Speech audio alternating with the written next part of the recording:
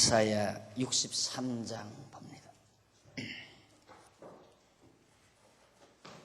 이사야 63장 1절.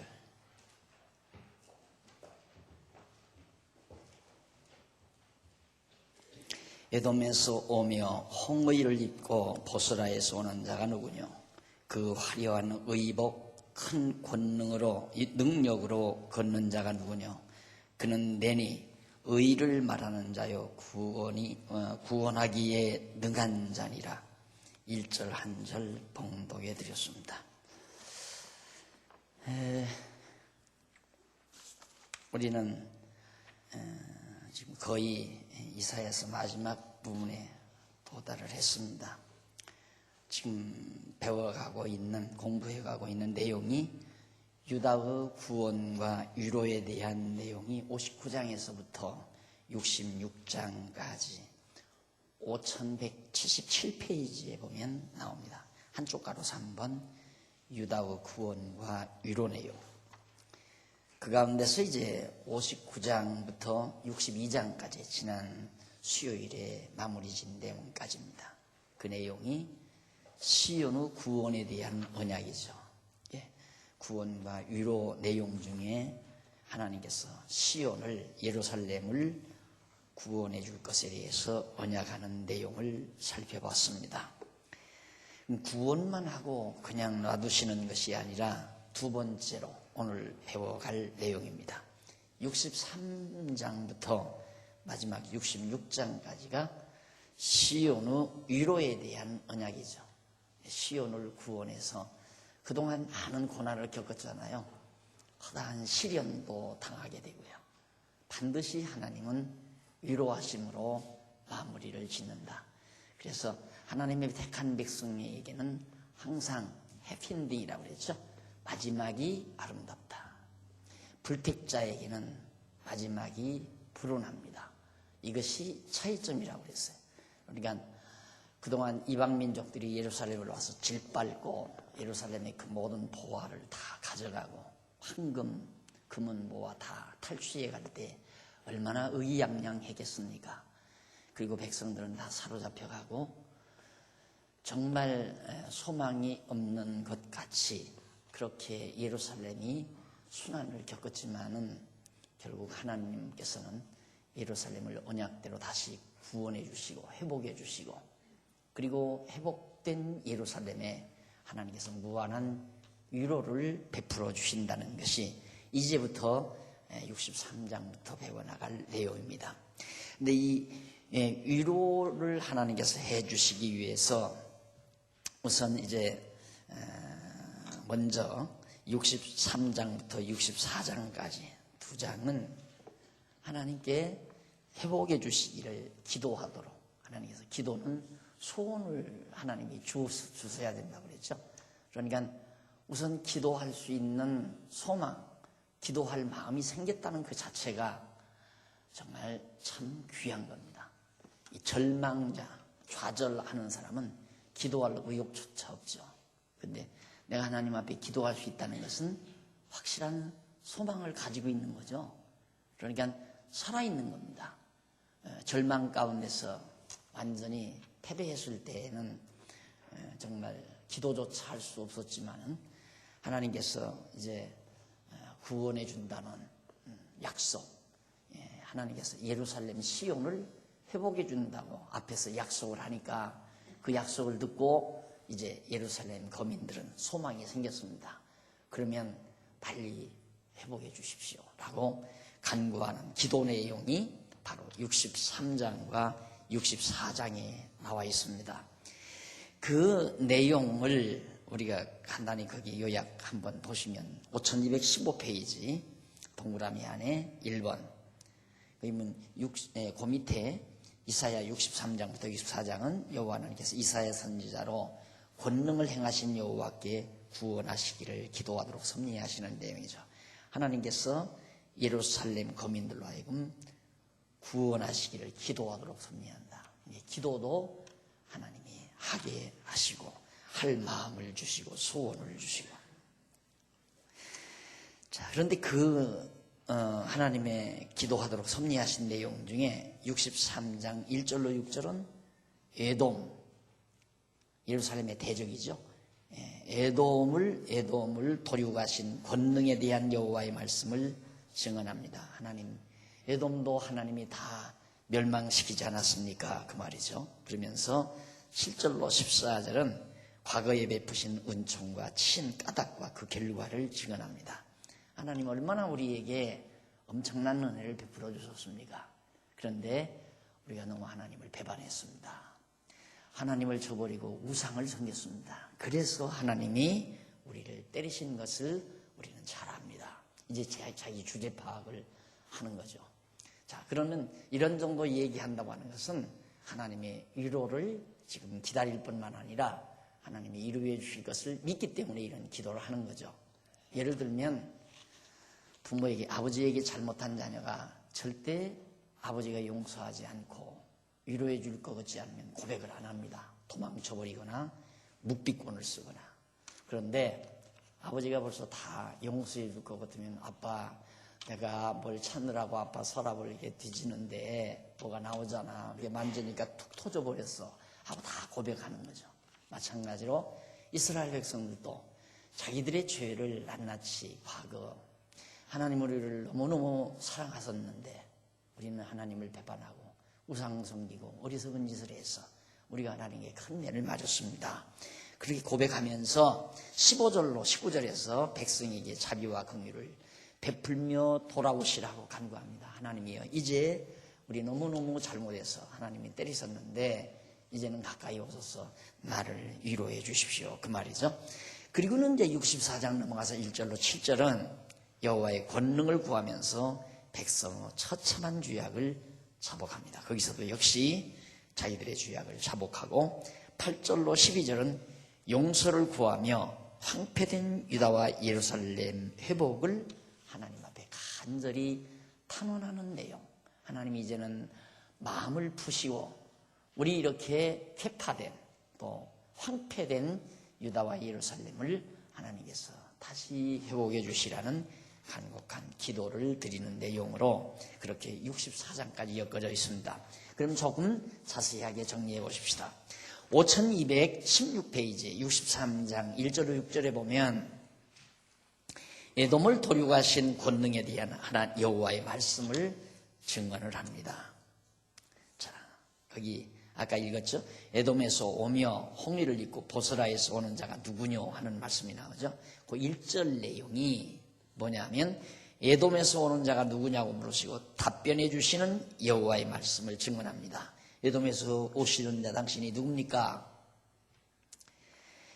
그러니까 그 화려한 의복, 큰 능력으로 걷는 자가 누구뇨라고 하신 여호와의 말씀을 증언하는데 여기서 에돔은 세렛시내 남쪽, 세렛시내에서 남쪽으로 뻗은 산악지대로서 에서의 자손들이 사는 지역을 말한다. 그러니까 사해바다,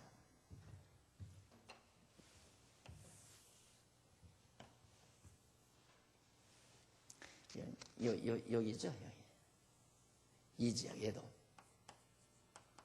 이 지역이 산악지대입니다. 이제 우리가 언젠가 한번 가서 답사할 기회가 있겠지만은 사람이 살기가 참 험한 그런 지역이라고 합니다.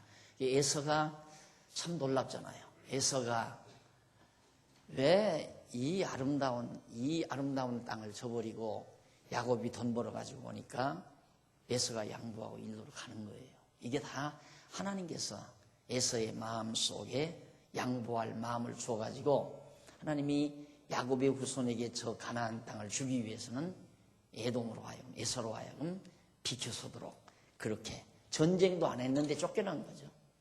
그러니까 하나님께서 야곱이 에서에게 팥죽 한 그릇 장자명분을 팔잖아요. 그때부터 하나님께서는 그 이전에 에서는 미워하고 야곱은 사랑하죠. 배 안에 있을 때부터.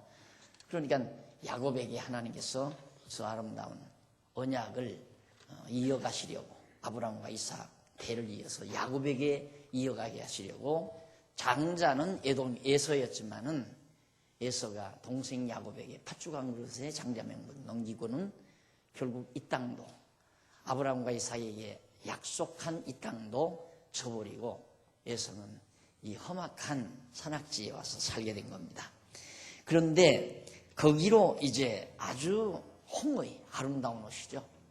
자색, 홍의. 이것은 영화롭고 권세 있는 그런 자들이 입는 옷입니다. 그러니까 로마의 그 드라마, 로마 영화 같은 거, 로마에서 나오는 영화 같은 거 보면은 왕들이 막 붉은 옷을 입고 나오잖아요. 권세 있는 자들이 오는데 여기도 역시 붉은 옷, 홍의를 입고 오는 자가 누군가라고 묻습니다. 그러면서 보스라는 에돔에 속한 성읍이죠. 이 에돔 땅에 속한 보스라. 그러니까 에돔의 수도와 같은, 서울과 같은 그런 도성을 보스라라고 합니다. 그래서 그는 나의 누구뇨? 그 화려한 의복 큰 권능으로 걷는 자가 누구뇨? 그는 내니 하나님께서 하시는 거죠. 의를 말하는 자요, 정하신 뜻을 말하는 자요, 구원하기에 능한 자니라. 유다 예루살렘을 구원하기에 충분한 자이다 라는 얘기죠. 자, 그때 이제 그 유다왕 아마시아라는 왕이 있었어요. 하나님의 사람으로부터 하나님이 아마시아 너와 함께한다 이 말을 듣고 에돔을 쳐서 크게 승리한 사실이 있습니다. 에돔 땅을 쳐서 승리를 했어요. 예. 그런데 당시의 역사적 상황 속에서 에돔을 크게 도륙하고 영광스러운 모습으로 권능 있게 오시는 여호와 하나님의 모습을 이상으로 보여주면서 누구냐고 질문하신 말씀을 질문한 거죠. 자, 에돔도 이렇게 에돔을 하나님이 쳐서 멸하도록 유다 왕과 함께 하소서. 그가 누군 줄 아냐? 내가 그 유다 왕 아마시아와 함께해서 결국 에돔을 쳐서 멸한 자다. 그러면서 2절로 3절 17페이지 나오죠. 5217페이지 위에서 7째 절. 의복이 포도주가 묻은 것처럼 붉은 까닭에 대해서 묻는 여호와의 말씀을 증언하는 내용입니다. 이사야는 어찌하여 내 의복이 붉으며 내 옷이 포도즙 틀을 밟는 자 같으뇨라고 질문하신 여호와의 말씀을 증언합니다. 다시 말하면 여호와께서 자기 스스로에게 하는 거죠. 하나님이 자문자답 하시는 거예요. 입은 옷이 포도주가 많이 묻은 것처럼 붉게 드러났다는 얘기죠. 그 까닭을 물었습니다. 그러면서 만민 중에 나와 함께한 자가 없이 내가 홀로 포도즙 틀을 밟았는데 내가 노함을 인하여 무리를 밟았고 분함을 인하여 짓밟았으므로 그들이 선열이 내 옷에 뛰어 내 의복을 다 더럽혔음이니라고 답변을 하나님께서 여호와께서 하십니다. 여기서 포도즙 틀을 밟았다는 말, 이것은 전쟁에서 무리를 도륙한 사실을 말하죠. 결국 에돔을 짓밟아서 이들의 튀기는 피에 다 봄이 젖었다. 그것이 홍의 붉은 옷을 입은 권능 있는 자의 옷처럼 그렇게 보였다는 얘기입니다. 그러면서 그것이 이제 바로 원수 갚는 날이라는 말이 나오죠. 4절로 6절에 보면 에돔을 치신 까닭에 대해서 이는 왜 쳤는가? 내 원수 갚는 날이 내 마음에 있고 내 구속할 해가 왔으나 내가 본즉 도와주는 자도 없고 붙들어주는 자도 없으므로 이상히 여겨 내 팔이 나를 구원하며 내 분이 나를 붙들었습니다 하시면서 예수님께서 하나님께서 원수 갚았다. 그럼 에돔이 왜 하나님의 원수겠습니까마는 바로 여기 야곱의 후손 유다와 예루살렘 거민이 바로 야곱의 후손인데 이의 원수가 하나님의 원수라 이 말이에요. 왜? 그러면 야곱의 후손과 하나님은 한패지요. 하나님은 야곱의 편이다. 그래서 나의 원수다. 그래서 원수 갚는 날이 돌아왔다. 자, 이렇게 해서 이제 하나님께서 이는 내 원수 갚고 그 다음 5절에 보면 내가 본즉 도와주는 자도 없고 붙들어주는 자도 없으므로 그렇게 내 분이 나를 붙들었습니다고 하면서 6절에서 내가 노함을 인하여 만민을 밟았으며 내가 분함을 인하여 그들을 취케 하고 그들의 순혈로 땅에 쏟아지게 하였느니라. 결국 원수들을 다 진멸시켜 버렸다. 자, 이렇게 하나님께서 야곱의 원수, 즉 유다 백성의 원수를 구체적으로 에돔을 멸하신 것은 일찍이 당연히 모세를 통해서 하나님께서 언약을 했죠. 그것이 5218페이지 위에서 다섯째 줄, 위에서부터 다섯째 줄 중간에 보시면 5218페이지 위에서 다섯째 줄 중간에 보시면 이러한 증언은 앞에서 에돔을 하나님께서 멸망시킨 이런 사실을 증언한 이러한 증언은 일찍이 여호와 하나님께서 이스라엘 자손에게 모세를 통하여 그들의 대적을 멸하신다고 언약한 사실이 있습니다. 그러면 이때하고 모세 때하고는 굉장히 한 1000년 가까이, 1000년은 다 안 되지만은 굉장히 오랜 세월, 한 700~800년 세월 넘어가잖아요. 그런데 그때 벌써 하나님께서 모세를 통해서 유다 백성들, 이스라엘과 유다 백성들의 원수를 멸할 걸 언약하신 하나님이 언약대로 에돔을 멸해 주신 거죠. 그러니까 우리는 하나님의 택한 백성, 유다 백성들은 에돔이 멸망됐을 때 에돔이 망해서 좋다라고 거기서 멈추면 안 되는 거죠. 에돔을 멸하셨을 때 에돔 망한 것을 즐거워할 것이 아니라 여호와께서 언약하신 말씀대로 이루어졌다. 그러니 그런 전능하신 하나님이 우리 편이라고 하는 것을 깨닫고 여호와를 경외할 마음을 가지는 게 중요하죠.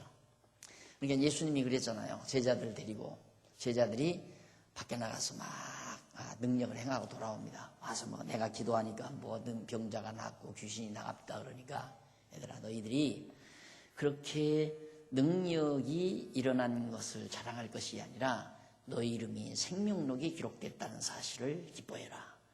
그러니까 생각이 다르단 말입니다. 예수님의 생각과 제자들의 생각이. 우리 인간들이 항상 착각을 하는 게 뭐냐면 눈으로 보는 것 그 자체에 빠진다는 것. 이게 이제 어리석음을 유발하는 시초예요. 사람은 어떤 사건을 눈으로 딱 보면 눈으로 본 그 사건에 우리의 관심이 집중돼 버리고 말아요. 그러니까 내가 항상 그러잖아요. 어떤 사건이 딱 일어나면 우선 왜를 생각해라. 이게 매우 중요하다. 왜를 생각해라. 에돔이 망했다. 왜 망했을까? 그 왜 망했을까를 생각하면 하나님께서 우리 조상들에게 언약하신 모세를 통해서 언약하신 말씀을 이루어 주셨구나. 여호와 하나님 살아계시다. 그 여호와 하나님이 지금도 살아계셔서 우리 편이 되어 주시는구나. 이걸 깨달아야 여호와 하나님 경외할 마음, 우상 다 저버리고 우리가 너무너무 어리석었다.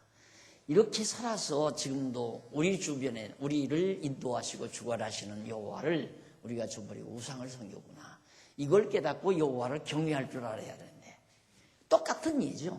자, 우리가 사업이 망했어요. 부도가 났어요. 왕창 부도가 나서 정말 자살이라도 할 만큼 아주 어려운 지경에 놓여 있다. 그런데 몇 년 있다가 갑자기 이상스럽게 또 정말 놀랍게 다시 사업이 일어났어요. 그러면 우리는 그냥 단순하게 처음에는 하나님이 나를 불쌍히 여겼구나. 이런 정도 믿음이 조금 있으면 그 정도 생각해요. 그런 다음에 처음에 딱 그랬다가 그 다음에는 내가 운이 좋구나. 그래가지고 회복된 환경에 취해버리고 말아요. 그리고 지혜자라면 회복된 환경에 취하는 게 아니에요.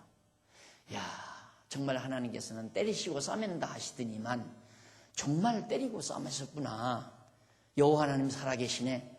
그 하나님 여호와를 경외하는 마음, 섬기는 마음이 더욱 투철해져야 하는 것이 지혜자의 태도고, 어리석은 자는 회복된 자기 사업에 퐁 빠져가지고 바쁘다는 핑계로 하나님의 선하신 뜻은 잊어버리고 자기 욕심대로 이루려고 하는 어리석음 속에 점점 빠져들어가는 거죠. 그것이 어리석은 자의 태도입니다. 그래서 여기 에돔을 멸망시키는 것도 모세를 통하여 언약하신 말씀을 여호와 하나님께서 이루신 것이다. 그 이유는 제일 밑에 나오잖아요. 5218페이지 63장 7절로 14절 나오기 전 끝부분에 보세요. 거기가 항상 그게 하나 읽어드릴게요. 성경 본문이 이렇게 나오고 이 몇 장에서 몇 절까지 딱 큰 글자 나오잖아요. 그리고 본문은 하고 이제 쭉 나오고 몇 장에서 몇 절부터 몇 절까지 하면서 쭉 나옵니다. 쭉쭉 설명을 해요. 그 다음 3절부터 5절까지 또 설명을 해요. 이렇게 설명한 다음에 이 설명하는 과정은 여기서는 첫째 문법적, 그 다음 역사적 해석을 해요. 이게 다 문법적인 역사적인 해석이 나와요. 이 본문을 보면. 그리고는 끝에 보면 반드시 이상은 나와요. 이상은. 그 다음 이상과 같이. 이 다음은 이게 이제 신학적 해석이에요. 그러니까 이런 문법적이고 역사적인 내용이 뭘 가리키려고? 이런 하나님을 우리에게 깨달아 알게 해서 경외케 하려는 것이다. 그리고 항상 끝에 보면 그게 나와요. 여호와 하나님께서 에돔을 도륙하여 원수를 갚아주심으로 하나님이 언약대로 이루시는 여호와이심을 백성으로 깨달아 알고 경외케 하려 하심이라.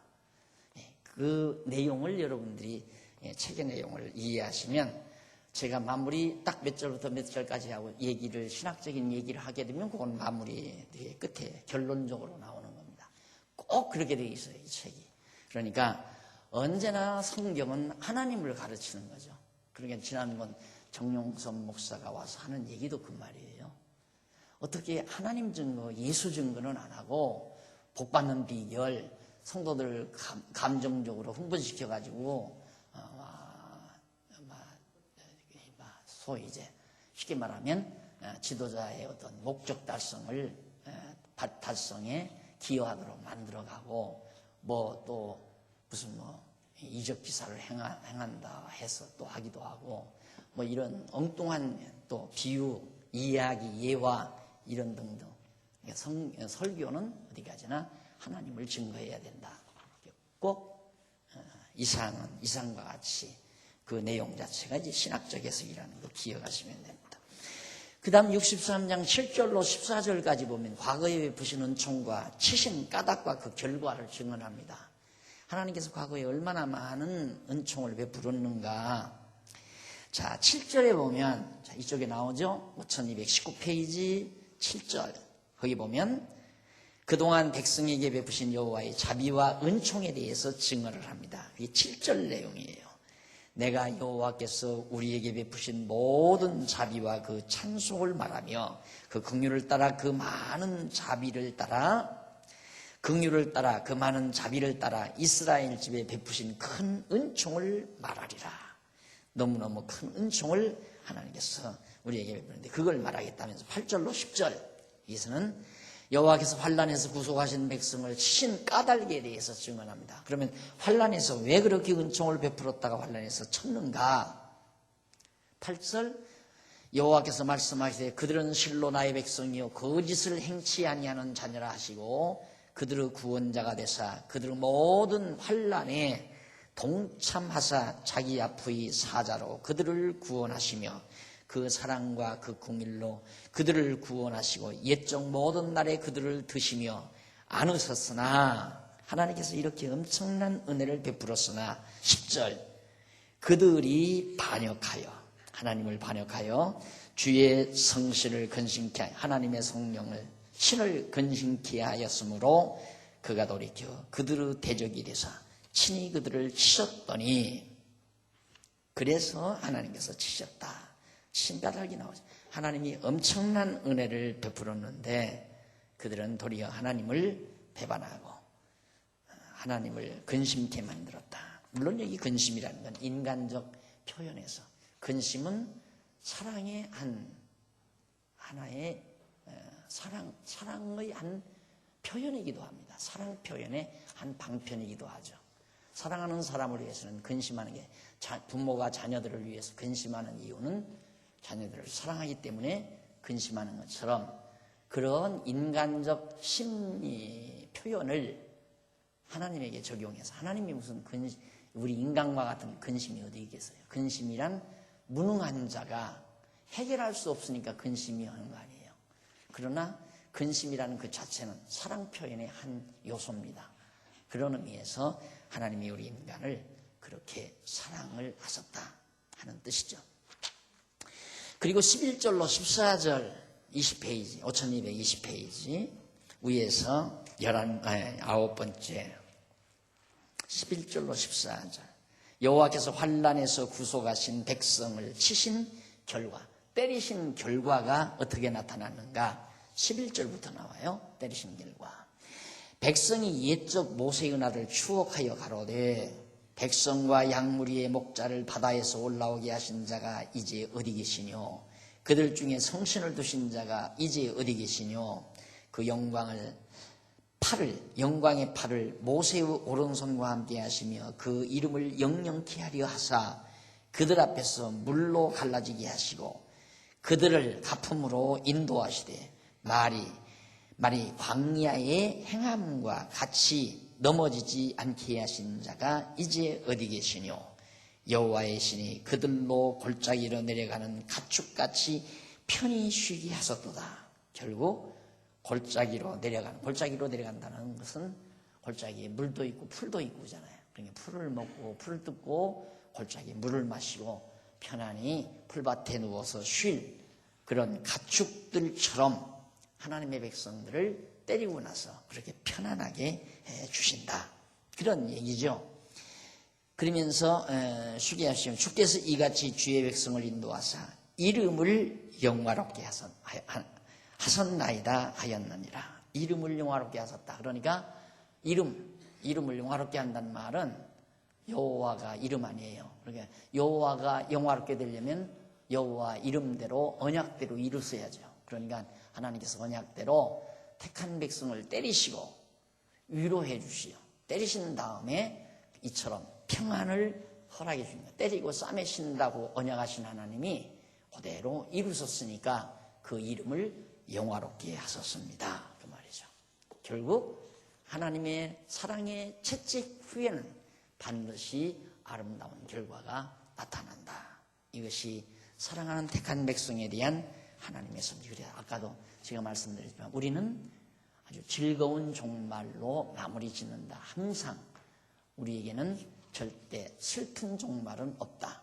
요셉의 생애도 그랬고 다윗의 생애도 그랬고 모세의 생애도 마찬가지고 모두가 다 하나님의 택한 백성, 이스라엘 민족도 마찬가지고 택한 백성의 종말은 아름다움으로 마무리 지어야 된다. 오늘 이여전도회하고 잠깐 담소를 나눴는데요.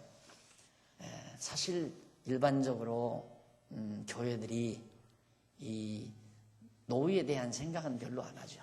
기껏 생각한다는 게 뭐냐면 그냥 노인들 귀찮으니까 그냥 저 시골 싼 데다가 산골짜기에다가 땅 사가지고 거기다가 이제 복지관, 노인 복지관 지어요. 그래서 노인들 전부 글로로 다 들어가게. 바로 이 압구정동 있는 광림교회가 그렇게 했잖아요. 거기 이제 엄청난 땅을 저 강원도에 다 나왔대요. 못 살겠다고. 실패했다고 그러잖아요. 사실 정말 지상의 교회가 교회라면 당연히 그렇잖아요. 노인의 흰머리는 멸류관이라고 그랬어요. 그리고 나이가 들수록 이게 지혜가 열리게 돼 있는 거고. 그렇기 때문에 이게 연령과 관계없이 땅 위에 사는 동안 즐거워야 되고 기뻐야 되고 행복해야 된단 말입니다. 난 사실 우리 여기 노년부 방에 가끔 들어가 보면 아주 웃음꽃이 항상, 특히 이 권사님 하하하하, 권사님 웃기시하고 다른 사람들 다 웃어요. 늘. 물론 나 없을 때 서로 싸우는지는 모르지만 나 볼 때는 싸우는 내가 별로 못 봤어요. 즐거워야 되죠. 그런데 이 교회를 어떤 사업적으로 생각을 하다 보니까 이제 노인들은 아무 능력이 경제력이 없잖아요. 그러니까 별 볼이 없는 거죠. 그래서 젊은이들을 위주로 그렇게 하다 보니까 교회로부터 노인들이 결국 소외되는 경우들이 참 많습니다. 거듭 말씀드리지만 항상 하나님의 백성들의 마지막은 즐거운 마지막이어야 된다. 그래서 제 목표는 바로 목회의 성공이라고 하는 목표를 거기에 초점을 맞추려고 하는 것이 의도입니다. 바로 우리 장안중앙교회 신앙생활하는 성도들이 마지막 하나님께 부름을 받았을 때, 영원히 부름 받았을 때, 그때 정말 편안한 마음, 편안한 얼굴, 정말 미소 띈 얼굴로 권사님 나 먼저 갈 거야. 조금 뒤에 와 하고 당당하게 인사하고 편안히 눈 감을 수 있는. 근데 그걸 나는 아직 적은 못했어요. 임상은 거치질 않았어요. 그러나 심리학적 원리나 신앙적 원리에 의해서 그건 확실하다고 나는 생각을 합니다. 예, 보통 우리 인간들이 하나님을 모르고 영원한 하나님 나라를 인정하지 아니하는 사람들은 죽으면 끝나잖아요.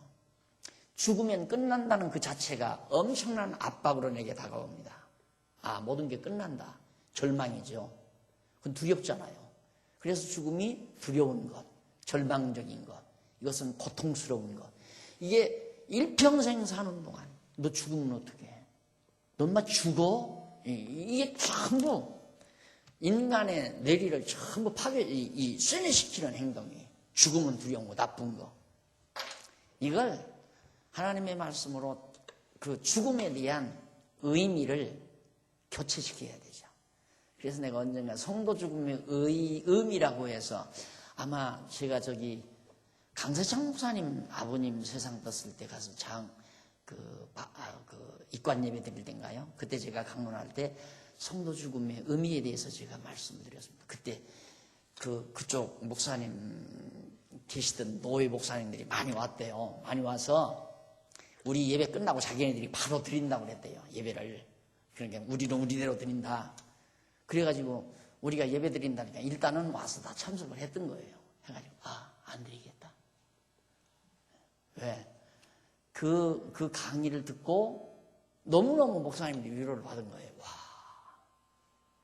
그래가지고 감히 또 예배를 드리면서 뭐 할 말이 없는 거예요. 자기네들이 준비한 설교가. 그러니까 안 해버리고 말았잖아요. 바꿔놔야 돼, 이게, 우리가.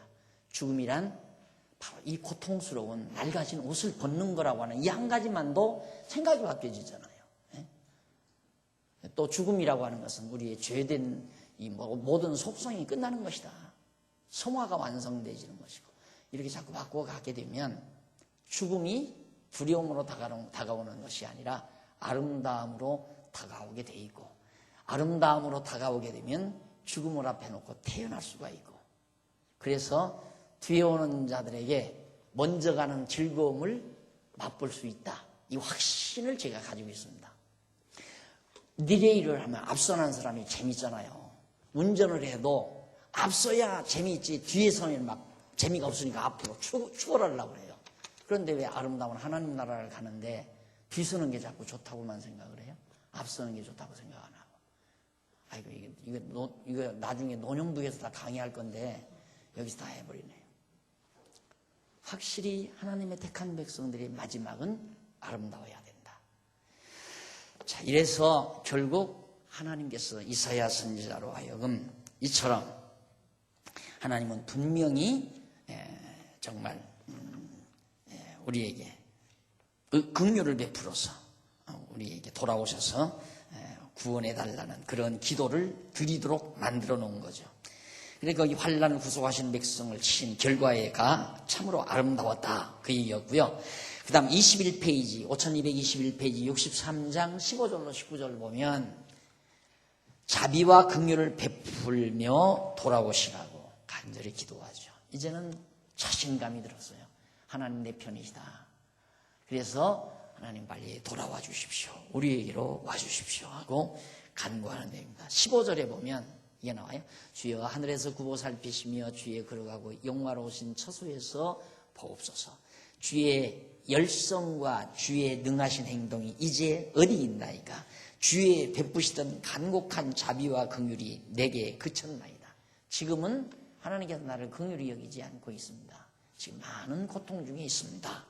그러지만 하나님 분명히 내게로 돌아올 걸 믿기 때문에 주는 우리 아버지시라. 아브라함은 우리를 모르고 이스라엘은 우리를 인정치 아니할지라도 여호와여 주는 우리의 아버지시라. 상고부터 주의 이름을 우리의 구속자라 하셨거늘 여호와여 어찌하여 우리로 주의 길에서 떠나게 하시며 우리의 마음을 강팍하게 하사 주를 경외하지 않게 하시나이까. 참 기도 멋이죠. 아마 일반적으로 기도하면 저 이상한 기도한다고 그럴 거예요. 보세요. 하나님께, 상고부터, 영원전부터라는 오래전부터 주의 이름을 우리의 구속자라, 여호와라 그 말이죠. 구속자라, 메시아라, 그런 뜻도 되고요. 하석건을 여호와여 어찌하여, 언약대로 이루시는 자여 어찌하여 우리로 주의 길에서 떠나게 하시며. 그러니까 여호와 하나님 경외하지 않고 우상 섬기고 떠난 것이 하나님이 떠나게 했다 이 말이에요. 이 말을 더 단적으로 말하면 죄짓게 했다는 얘기예요. 그래서 성경에 이렇게 너무도 분명한 얘기인데 이걸 수납이 안 돼요. 어떻게 하나님이 죄짓게 하느냐. 그러니 성경이 풀려요? 안 풀리는 거죠. 그뿐이에요. 길에서 떠나게 하시며 우리의 마음을 강팍하게 하사. 바로의 마음도 강팍하게 했죠. 우리의 마음도 강팍하게 해요. 자, 여러분 참 전도를 하면 죽어도 안 듣죠. 별재주를 다 써보십시오. 자꾸만 전도를 하려는 게 말을 안 들으니까 어떻게 했는데 당신은 그렇게 전도를 했어. 아니 김호경 권사님은 어떻게 해서 아빠를 저렇게 전도를 했대. 권사님 어떻게 했어? 아침밥 항상 그러지 않고 따뜻하게 해줬어? 방법 가지고 안 돼요.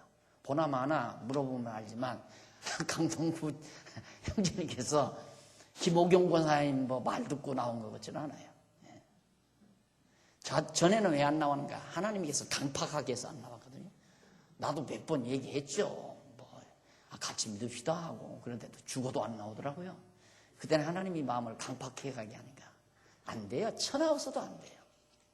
사람이 별하별 아양을 떨리고 선불공세를 하고 찾아가서 난 집사님 없으면 정말 허전하고 집사님 안 듣는다니까 텅 비니까 눈이 아물아물하더라고. 그러면서 가서 실망할 때 왜 안 나오시냐고. 나오시라고. 어떻게 집사님이 그럴 수 있어. 사정을 한다고 해서 내가 그렇게 사정해서 성공한 예가 없어요. 내 목표 과정에서는. 그러니까 아예 안 하잖아요. 공연이 삐지면 하나님께서 저 속에 강팍한 마음을 넣어줬구나. 강팍한 마음 넣어주는데 내가 어떻게 무슨 능력으로 녹여요 그 강팍성을. 안 돼요. 절대. 왜 하나님이 나를 강팍하게 하사 어떻게? 주를 경외하지 않게 하셨다 이 말이에요. 하나님이 여호와 하나님을 경외하지 않게 하셨다 이 말입니다. 경외하지 않게 해서 경외하지 않는데 그걸 어떻게 인간의 노력으로 경외하게 하느냐 이 말입니다. 말 잘했잖아요 이 기도. 그러면서 원컨대 주의 종들, 주의 백성들이죠. 주의 산업인 지파들을 위하사 우리에게로 돌아와 주십시오. 그래서 우리로 하여금 주님의 길 떠나지 않게 해주시고 마음도 풀어주시고 여호와도 경외하게 해주십시오. 여러분들이 여호와 하나님 경외하며 산다는 것, 여러분이 믿음 좋아서 그러는 게 아니라 하나님이 경외한 마음을 주시니까 경외하게 되는 거죠. 그 한 가지만도 우리는 확인할 수 있잖아요. 하나님 잊을 수가 없잖아요. 내가 여호와 하나님 경외하며 산다는 그 자체만으로도. 그런데 다 자기 공론인 줄 알아요. 뭐든지 마찬가지. 교회일 하는 것도 하나님이 봉사할 마음 안 주면 안 하는 거예요. 할 수가 없는 거예요. 그걸 어떻게 목사가 별 감언이설로 다 꼬셔가지고 당신 그래야 상급받고 그래야 하나님 당신 사업에 축복해서 물질 축복도 받고 자녀들도 다 잘 되고 그런다고 감언이설을 그렇게 해서 쏘가가지고 하는 거거든요.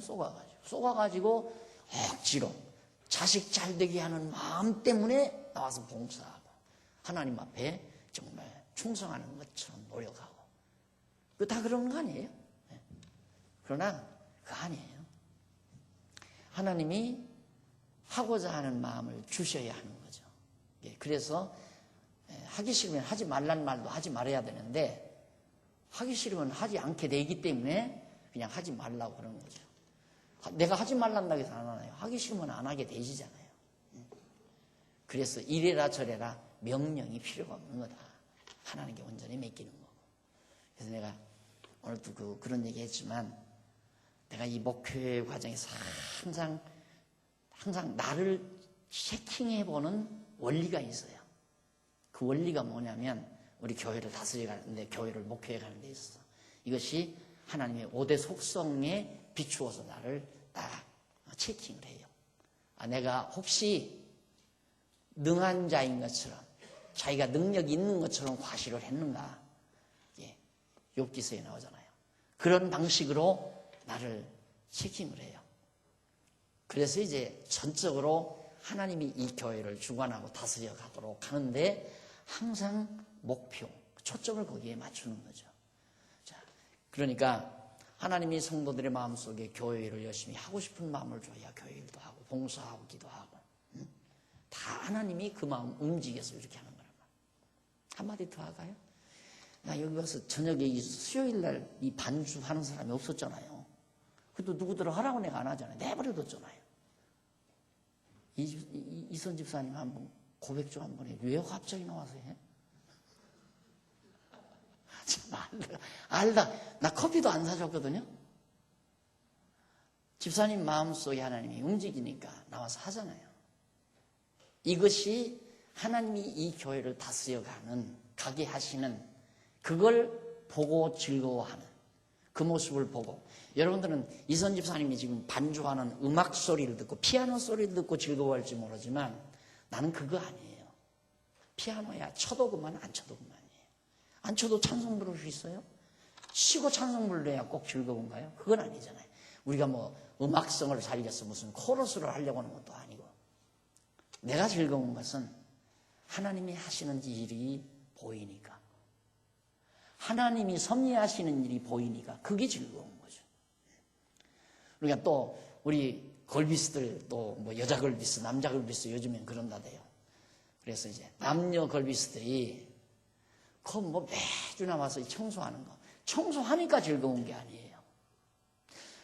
어떻게 저런 양반들 집에서는 좀 빗자루 들고 좀 쓰러라기도 아니 나 바빠 당신이 해. 그리고 신문 들고 앉아서 아내는 그냥 뭐 청소하랴 뭐 설거지하랴 뭐 빨래하랴 바빠 죽겠는데 혼자서 신문 들고 소파에 누워서 신문 보던 양반들인 것 같은데 내가 뻔히 봐도 누가 알았어요? 누가 저어른들을 저렇게 만들었나? 하나님이 그 마음들을 움직인 그게 즐거운 거죠. 그것이 청소해서 깨끗해서 좋은 것이 아니라 여러분 살림도 그래요. 생활. 여러분들이 세상을 즐겁게 사는 비결이라고 원리죠. 하나님이 우리 가정을 다스려가는 비결. 다스려가는 모습. 그걸 보고 즐거워하는 거죠. 제가 호주에 가기 직전에 사실 우리 큰딸아이도 사귀던 남자하고 약간 소원한 상태에 있었고요. 둘째 아이도 시험 보고 아직 발표도 시험 봤는데 받든가 안 받든가. 막내 아이도 직장 시험 봤는데 합격이 될지 못 될지. 세 자녀들이 하나도 문제 해결이 당장 해결돼야 될 문제들이 다 걸려 있는 거예요. 그런데 호주 갈 무렵에 덜컥 큰아이가 다시 시작하더니만 날짜를 잡아요. 그 다음 둘째 아이가 발표가 나요. 그 다음 셋째 아이가 합격 통지서가 와요. 그래서 편안히 다녀왔거든요. 나는 애들이 그렇게 다 자기 길들을 찾아갔기 때문에 즐거운 것이 아니라 이야 하나님께서 가정도 하나님이 다스려가는구나. 내가 호주가 아니라 하나님이 호주지. 내가 호주라면 걔들 세 가지 문제를 어떻게 다 해결하겠어요. 큰아이 해결하기 위해서 민호한테 가서 야 인마 민호야 너 인마 내 사위 되라. 사나이들끼리 한잔 하자. 소주 받아놓고 그놈 귓밤을 때리면서 너희 그럴 수 있느냐고 그러면서 내가 문제 해결할 수 있나요? 그것도 아니잖아요. 이 세상 모든 사업하는 것도 마찬가지입니다. 사업도 내 마음대로 되는 게 아니잖아요. 내 마음대로 될 것 같으면 늘 이익만 남기죠. 안 되는 것도 하나님이 하시는 일이고 되게 하시는 것도 하나님이 하시는 일이기 때문에 안 될 때는 하나님이 안 되게 하신다는 것을 깨달아가면서 하나님이 하시는 일을 보아야 되고, 되게 했을 때도 하나님이 되게 하시는 것을 보고 하나님이 하시는 일을 깨닫고 살아가는 것. 그렇게 살아야 여호와 경외하며 사는 맛이 있습니다. 진맛이. 그러나 우리들은 보편적으로는 그게 아니잖아요.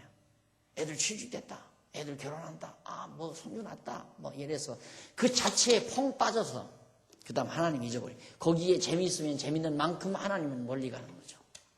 그러니까 하나님은 늘 배신당해요. 인간적으로 생각하면 잘해주고 배신당해.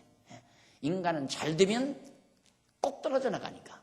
여러분 회사 경영해분들 다 알 거예요.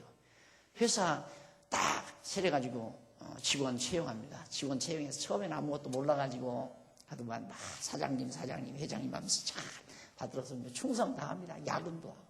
그러다가 다 기술도 습득하고 돈도 좀 저축해 놓고 힘이 생기면 사장님 안녕히 계십시오. 딱 떠나요. 나 혼자 살랍니다 이 말이죠. 그러니까 나 독립해서 사업하자. 하나님 앞에 꼭 그래요 인간들은. 그래서 하나님께서는 우리의 일을 평탄하게 해줘도 어리석으면 하나님을 배신하고 떠나가는 거고, 하나님께서 우리를 공곡해 해도 지혜로우면 하나님 곁으로 다가가는 거고. 욥 보세요. 그렇게 공곡해 해도 하나님 곁으로 가잖아요.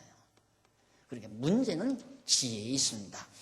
자, 그래서 자비와 긍휼 베풀어 오십시오. 그러면서 왜 경외하지 않게 하시나이까? 원컨대 주의 종들의 주의 산업인 집파들을 위해서 돌아오십시오 하면서 주의 거룩한 백성이 18절 백성이 땅을 차지한 지 오래지 아니하여서 우리의 대적이 주의 송소를 유린하여 싸우니 우리는 주의 다스림을 받지 못하는 자 같으며 주의 이름으로 칭함을 받지 못하는 자 같이 되었나이다.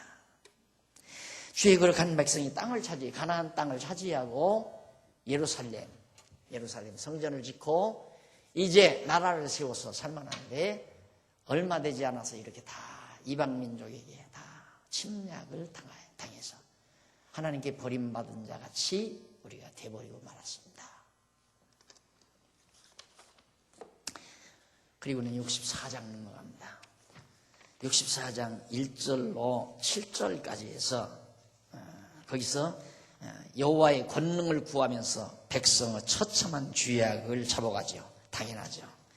1절로 4절 24페이지 5224페이지 위에 두 번째 줄 대적들로 멸하게 하시라며 나타내신 권능의 행사를 찬양합니다. 하나님 권능 많지 않습니까? 저 대적을 다 멸해 주십시오 라고 1절로 4절까지 해서 기도를 하죠. 한번 간단히 읽고 넘어가십니다. 원컨대 주는 하늘을 가르고 강림하시고 주의 앞에서 산들로 진동하기를 불이 섭을 사르며 불이 건물을 막 확 살라버린 것 같이 사르며 불이 물을 끓인 같이 펄펄 물을 끓인 것 같게 하사 주의 대적으로 주의 이름을 알게 하시며 열방으로 주의 앞에서 떨게 하소서. 그렇게 하나님께서 요동을 치시고 불로다 멸해서 이방 열방들로 여호와를 알리. 주께서 강림하사 우리의 생각 밖에 두려운 일을 행하시던 그때에 산들이 주의 앞에서 진동하여 싸우니 주 외에는 자기를 앙망하는 자를 위하여 이런 일을 행한 신을 예로부터 들은 자도 없고 귀로 깨달은 자도 없고 눈으로 본 자도 없나이다. 여호와 하나님처럼 그렇게 위대한 일, 막 산이 다 요동할 정도로 나라들을 멸하고 제국을 멸하고 이러한 역사를 하신 분이 아무도 없습니다. 5절 주께서 기쁘게 의를 행하시는 자와 주의 길에서 주를 기억하는 자를 선대하시거늘 우리가 범죄함으로 주께서 진노하였사며. 여기서 이제 죄를 회개하죠. 5절로 7절에서. 그러면서 6절 여기 보면 6절에서 대저 우리는 다 부정한 자 같아서 우리의 의는 다 더러운 옷 같으며 우리는 다 쇠폐함이 잎사귀 나뭇잎 잎사귀 같으므로 우리의 죄악이 바람같이 우리를 몰아가나이다. 죄악이 우리를 다 한 대로 몰아간다. 주의 이름을 부르는 자가 없으며 스스로 분발하여 주를 붙잡는 자가 없사오니 왜냐? 그 이유는 주께서 우리에게 얼굴을 숨기시며 우리의 죄악을 인하여 우리로 소멸되게 하셨기 때문에 감히 누구도 하나님 앞에 가는 자가 없습니다. 하면서 용서를 구합니다. 8절로 12절 25절 25페이지 64장 8절로 12절 용서를 구하면서 황폐된 유다와 예루살렘을 회복해 주실 것을 하나님 앞에 간절히 탄원하는 내용입니다. 읽고 끝내십시다. 8절로 9절에서는 지음받은 백성님을 고백하면서 죄악을 용서해 주실 것을 나를 하나님이 지어놨지 않습니까? 그러니까 하나님 내 죄 용서해 주십시오. 하나님이 나 죄짓게 했고 나로 하여금 하나님 멀리 떠나게 했고 하나님 경외하지 않게 하나님이 하셨으니 하나님이 날 지어놓고 다 그렇게 하셨으니 하나님이 용서도 해줘야 됩니다. 이 말이죠. 이것이 성경에 나타나는 기도의 성격이에요. 그러니까 하나님은 좋은 일만 우리에게 해주시고 우리가 볼 때 나쁜 일은 안 해주시는 게 아니라 8절 그러나 여호와여 주는 우리 아버지시니이다. 우리는 진흙이요 주는 토기장이시니 우리는 다 주의 손으로 지으신 것이라. 여호와여 과히 분노하지 마옵소서. 죄악을 영영히 기억하지 마옵소서. 구하오니 보시옵소서 보시옵소서. 우리는 다 주의 백성이니이다. 아무리 더럽고 추악하지만 하나님의 백성입니다. 이 말이죠. 자녀들이 부모가 쫓아와도 주저앉아서 울기만 하는 이유가 뭡니까? 붙잡아도 죽이지 않는다는 확신 때문입니다. 그렇죠? 잘못하고 도망을 쳤어요? 그런데 저기서 아버지가 나타나요. 그냥 주저앉고 울지 않아요. 주저앉아 도망치는 게 아니에요. 왜? 아버지한테 붙들려도 매는 맞을지 모르지만 아버지가 죽이지는 않는다. 이 확신 때문에 차라리 아버지 품에 매 한 번 맞고 품에 안기는 것이 훨씬 낫다는 판단 때문인 것처럼 하나님의 백성들은 바로 이런 자신감, 확신감, 나는 당신의 지음받은 자입니다. 아무리 더럽고 추악해도 나는 당신의 백성입니다 하는 거죠. 자, 그러면서 용서를 이제 구하는 내용인데 10절로부터 12절 마지막 절까지 황폐된 유다와 예루살렘을 보시고 잠잠치 마시고 회복해 주시기를 원합니다. 주 걸어간 성읍들이 광야가 되었으며 시온이 광야가 되었으며 예루살렘이 황폐하였나이다. 우리 열조가 주를 찬송하던 우리의 거룩하고 아름다운 성전이 불에 탔으며 우리의 즐거워하던 곳이 다 황무하였나이다. 여호와여 일이 이러하거늘 주께서 오히려 우리로 억제하시리이까. 주께서 오히려 잠잠하시고 우리로 심한 괴로움을 받게 하시리이까. 하나님께 반문을 해요. 이대로 우리를 더 고통 줄 겁니까? 하나님의 거룩한 전이 저렇게 다 불타버렸는데 하나님 가만히 있으시렵니까? 오셔서 어서 여다 회복해 주십시오 라고 기도한 내용이 64장까지 64장 12절까지. 자, 이렇게 기도하고 나니까 위로가 응답으로 오는 거죠. 이게 하나님께서는 위로하는 방법이 뭐냐면 소원을 주고 그 소원대로 이루어주는 거죠. 그게 위로의 방법이에요. 하나님께서 우리 안에 소원을 주고 그 소원대로 이루어줄 걸 이루어주심으로 하나님이 나를 도와주셨다. 하나님이 나를 회복해 주셨다. 이게 얼마나 큰 힘과 위로가 되겠습니까? 그래서 다음 시간에는 65장 응답을 통해 위로하시는 내용입니다. 하나님께서 거기 공부하도록 약속하고 오늘 강의 여기서 마무리합니다. 기도하십시다. 살아계신 하나님 아버지, 베푸신 은혜와 사랑을 참 감사합니다. 우리가 얼마나 어리석은 존재인가를 우리는 너무도 잘 압니다. 관심을 가져야 될 곳이 따로 있는데도 우리는 눈앞에 보이는 보이는 것에 관심을 갖고 정말 관심 가져야 될 것을 무관심하는 어리석음이 우리에게 있사오니 하나님이여 우리를 지혜롭게 하시고 총명하게 하소서. 정말 우리의 관심이 집중돼야 될 곳에 집중될 수 있도록 지혜와 총명을 허락해 주시옵소서. 하나님이여 아프게도 하고 낫게도 하시고 때리기도 하시고 싸매기도 하시고 망하게도 하시고 흥하게도 하시는 하나님의 능력 앞에 정말 무능자로 하나님 전폭 의지하고 살아가는 슬기와 지혜가 저희 모두에게 있게 하시옵시기를 비오며 예수님의 이름으로 기도드립니다. 아멘. 하늘에 계신 우리 아버지 이름이 거룩히 여김을 받으시오며 나라의 마옵시며 뜻이 하늘에서 이룬 것 같이 땅에서도 이루어지이다.